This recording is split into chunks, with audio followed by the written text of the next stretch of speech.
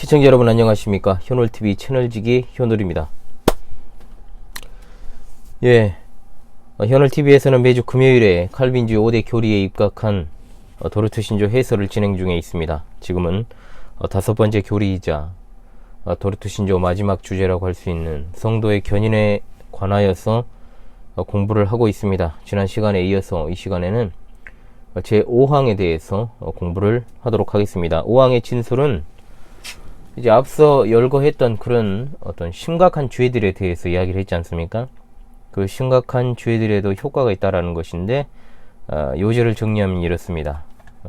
지난 시간에 열거한 것과 같은 큰 죄악들은 분명 하나님을 크게 불쾌하게 하고, 또한 죽음에 이를 정도의 죄책감을 지게 되고, 또 성령님을 근심하게 하며, 또 믿음의 발휘를 한동안 막고 양심을 상하게 하고, 또 하나님의 은혜를 한동안 느끼지 못하게 되는데, 이것은 간절한 회개로 바른 길로 돌아서서 하나님께서 다시 그 아버지 같으신 얼굴을 비치실 때까지다 라고 진술을 하고 있습니다. 그렇습니다. 5항에서 진술하는 바와 같이 성도의 심각한 죄악은 5가지의 결과를 초래한다라고 할 수 있죠. 자, 첫 번째는 하나님께서 매우 불쾌하신다는 겁니다.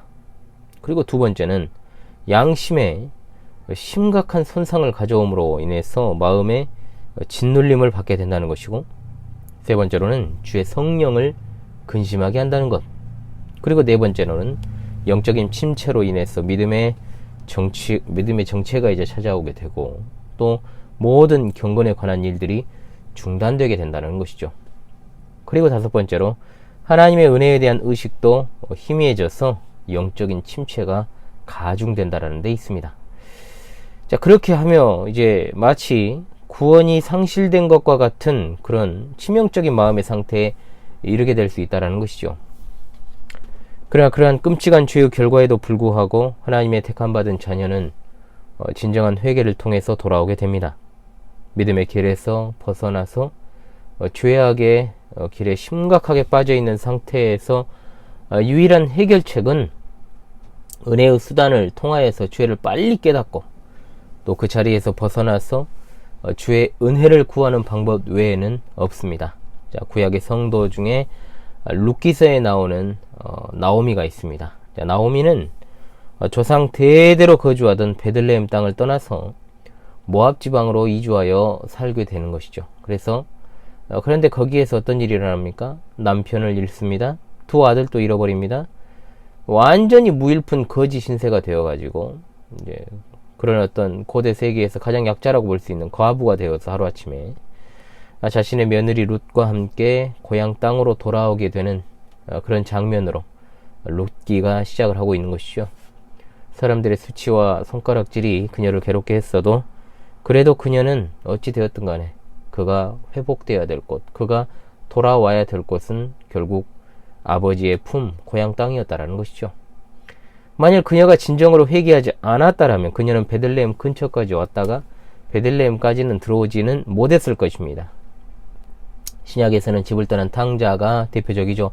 그는 아버지의 품을 떠나 허랑방탕하며 살아가다가 결국 모든 재물을 다 탕진하고 나서야 이제는 돼지 사료를 먹고 살아가려 해도 주는 이가 없는 아주 절박한 형편에 처하게 되었습니다. 그러던 그가 죄악의 길에서 돌이켜서 아버지의 품에 돌아왔을 때 그를 기다리고 있던 것은 아버지의 냉정함이 아니었고 따스한 품이었다라는 것이죠.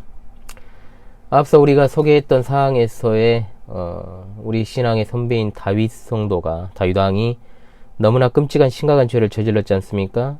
그때도 그랬고, 예수님을 3번씩이나 부인했던 베드로도 진정으로 회개하며 돌아왔던 역사를 우리가 알고 있습니다.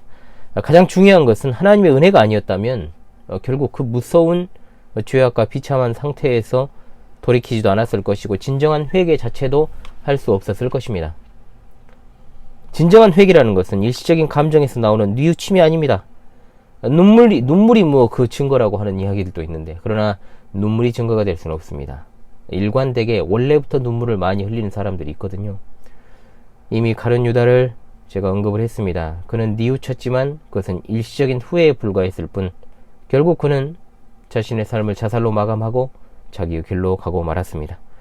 진정한 회개라고 하는 것은 신자의 생각과 감정과 의지라고 하는 인격의 3요소라고 하는 지정의의 어떤 변화를 포함하는 것이고, 새로운 인격으로의 완전한 방향 전환이 바로 진정한 회개라고 할 수 있습니다. 그래서 전인격적인 변화라는 것은 자기 자신의 지은 죄를 깊이 깨닫고 그 죄를 적극적으로 미워하고 슬퍼하며 또한 그 죄를 버리고 떠나서 하나님께로 향하는 것입니다. 그것이 바로 전인격적인 변화라는 것이죠. 그런데 이런 회개의 역사가 과연 인간의 의지로 과연 가능한 것인가? 신자는 진정한 회개를 위하여서 주님께 은혜를 간구하며 나아가야 됩니다. 믿음의 선진들, 즉 택함받은 신자들도 죄를 범한 사실을 분명히 우리가 성경을 통해 알 수 있지 않습니까? 다만 참된 성도는 하나님 앞에서 참되게 통회하며 회개해야 한다라는 사실을 동시에 우리는 깨닫게 되는 것이죠. 이와 같은 과정을 통해서 성도는 영적으로 재무장하게 되며 더욱 효과적으로 죄에 대하여서 싸울 수 있게 되는 것입니다. 이것이 바로 하나님의 사람을 갱신케 하시는, 그의 자녀를 갱신하게 하시는 은혜입니다. 이런 방법을 통해 하나님께서는 자기 백성을 끝까지 견인하여 가십니다. 기억하십시다. 가장 중요한 것은 죄에 빠지지 않는 것입니다. 애시당초에 죄에 빠지지 않는 거예요. 여기서 죄에 대해서 이야기하는 것은 연약한 인간이기 때문에 우리가 죄에 빠질 수 있다는 사실을 언제나 그 사실을 경각심을 갖고 살아가야 된다는 것을 의미하고, 또 믿음의 선진들이 심각한 죄악에 떨어졌다는 사실을 통해서도 이것을 통해서 죄에 빠져도 절대로 하나님의 택자는 구원에서 탈락하지 않는구나 라는 어떤 안이한 생각을 하게 하는 것이 아니고, 죄라고 하는 것이 얼마나 무서운 것인지를 깨닫게 하는 것이기 때문에 마땅히 우리는 은혜의 방편을 통해서 하나님의 말씀과 성례전과 기도를 통하여서 날마다 죄악에서 스스로 성별하는 일들을 계속하여 이 육신의 장막을 벗는 그날까지도 고군분투해야 된다라는 사실입니다. 여러분, 이 사실을 꼭 기억할 수 있기를 바랍니다. 우리가 한 주간도 죄 짓지 말고 살아가야 될 것입니다. 그나마 날이 이제 조금 더 풀려가지고 조금 견딜만 합니다. 이제 커피도 뜨겁고요. 예, 좀 견딜만 해가지고 오늘은 시작부터 춥습니다 뭐 이런 말을 이제 안 했습니다. 예, 여러분 계속 자꾸 춥다고 이야기하니까 도대체 얼마나 춥길래 저러나 체험의 기회를 드리죠. 혹시나 여러분 제 주소 있으니까 와가지고 한번 체험해보고 싶은 분들은 광주광역시 남구 광복마을 7길 28 3층에 오셔서 과연 저 목사가 정말 춥다고 저렇게 엄살을 피우는 것인지 확인하시면 되겠습니다. 자, 다음 시간에 이제 6항을 통해서 놀라우신 하나님의 견인의 은혜를 더욱더 깊이 있게 공부를 계속해서 해 나갈 수 있기를 원합니다. 여러분, 이번 시간도 수고했습니다. 감사합니다.